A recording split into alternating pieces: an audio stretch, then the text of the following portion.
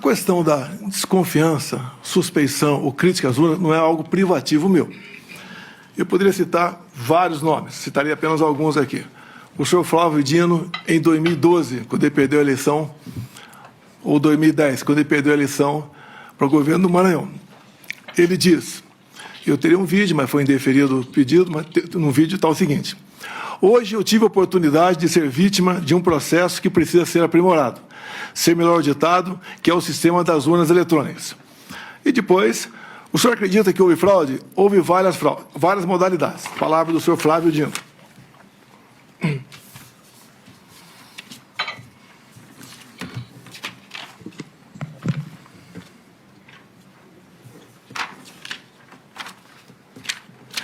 Depois também, curiosamente, uma outra inserção no horário eleitoral gratuito do senhor Carlos Lupe. Por que curiosamente? Foi ele que entrou com uma ação no TSE pela minha inelegibilidade, por crítica às urnas eletrônicas. Ele falava em fraude. Mas numa das inserções, aproximadamente 30 segundos, que até hoje está no Facebook dele, ele termina dizendo o seguinte: sem a impressão do voto, não há possibilidade de recontagem. Sem recontagem, a fraude impera. Repito a Vossa Excelência, até hoje isso está lá no Facebook do senhor Carlos Lupe. Eu batalhei muito na Câmara, desde 2012, pelo voto impresso. Consegui aprová-lo em 2015 para 2016. A senhora Dilma Rousseff vetou, a proposta voltou para o Congresso, só na Câmara nós derrubamos o veto, com votos do PT, inclusive. No Senado, algo parecido, também derrubamos o veto. Fiquei feliz que teríamos, em 2018, o voto impresso. Eu não lembro se eu pedi audiência ou o ministro Fux me convidou. Eu fui conversar com ele sobre essa questão. E ele mostrou para mim que 5% das sessões eleitorais do Brasil teriam o voto impresso.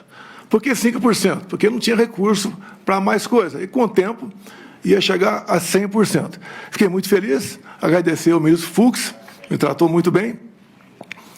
Mas, infelizmente, logo depois, por 8-3, o Supremo Tribunal Federal declarou o voto impresso como sendo inconstitucional, porque a impressão do voto poderia ferir a segurança das eleições. Bem, então tivemos o voto normal em 2018. A minha campanha 2018, algo atípico, com todo respeito, nem eu esperava que me eleger presidente, tendo em vista quem eu era. Eu era um parlamentar que não era parlamentar de partido, eu não tinha apoios políticos, mas acabei, então, como desde 2014, após o segundo turno das eleições, eu me lancei pelo Brasil falando que ia disputar a eleição em 2018, acabei me elegendo, sem antes passar por uma facada, quase me levou a óbito. Me permite estender um pouquinho mais essa questão aqui. Pode ficar à vontade. Me elegi presidente, não tinha quem botar na presidência, poucos nomes tinha para botar na presidência, acabei montando o ministério, e nós aqui, com pessoas competentes, sem o critério político partidário para botar as pessoas lá, fizemos um ministério que é reconhecido por grande parte da população como um ministério excepcional. Fizemos muita coisa. Lei da Liberdade Econômica, o PIX, Água para o Nordeste, Bolsa Família, triplicamos o seu valor, marcos, entre tantas outras coisas. A questão do armamento também, apesar de ser acusado de ser um armamentista visando a violência diminuiu quase 30% entre o governo anterior e o meu governo, tendo em vista a política de armamento. Bem, outra coisa importante também, onde comecei a criar inimizades cada vez maiores, desde o começo do meu mandato, foi na escolha de pessoas para compor aqui bancos oficiais estatais. Só falar de duas estatais só. Porto de Santos dava um prejuízo de 500 milhões por ano, entreguei com lucro de 500 milhões. Então, esse 1 bi ia para algum lugar, para algum ralo, ganhei inimizades por aí. Uma outra, para ser mais rápido, Itaipu Binacional. Chegamos lá, botei o senhor Silvio Luna como presidente da estatal, e ao longo de 4 anos, nós reduzimos a tarifa em dólar de 45%, e uma empresa que era conhecida apenas por gerar energia, o que ela fez a mais? Fez a segunda ponte com o Paraguai, uma ponte com 170 metros de vão. Começamos a fazer a segunda ponte Porto Mutinho. Alongamos em 600 metros o aeroporto de Foz do Iguaçu. Mais ainda, Atendemos com pequenas obras de infraestrutura mais de 50 municípios no entorno da bacia. Asfaltamos a transboiadeira, 43 quilômetros. Fizemos o acesso aos aeroportos. Ou seja, sobrou dinheiro para fazer muita coisa lá. E, obviamente, isso, no passado, a tarifa era cheia e nem obra era feita e era usada à vontade esse recurso. Por que à vontade? Porque é uma empresa que não é auditada pelo TCU por ser binacional. O que os conselhos decidem está decidido e ninguém toca mais no assunto. Então, quando a gente começa a tapar os ralos da corrupção, aparece uma enormidade de pessoas que vão contra a gente. Eu não cortei recurso para a imprensa por ser malvado. É que eu fui o único presidente, senhor ministro, o único que tinha um teto de gasto pela frente. Eu não podia gastar mais do que aquilo, diferentemente do que acontece agora, do que acontecia antes de mim. Ganhei também, então, uma antipatia enorme da imprensa contra a minha pessoa. E também a questão das pautas dos costumes, né? Eu sou católico, minha esposa é evangélica, e eu sempre preservei a família e a inocência de criança em sala de aula. Mais um foco de atenção contra a gente. E até do próprio Supremo Tribunal Federal, respeitosamente, eu tinha pelo menos uma ação por semana para me explicar em 24, 48 horas o porquê daquilo. Mas faz parte da regra. Vossa Excelência, o senhor ministro Fux, aqui do Supremo, não me viram desrespeitar uma só ordem do senhor. Não me viram em nenhum momento eu agi contra a Constituição.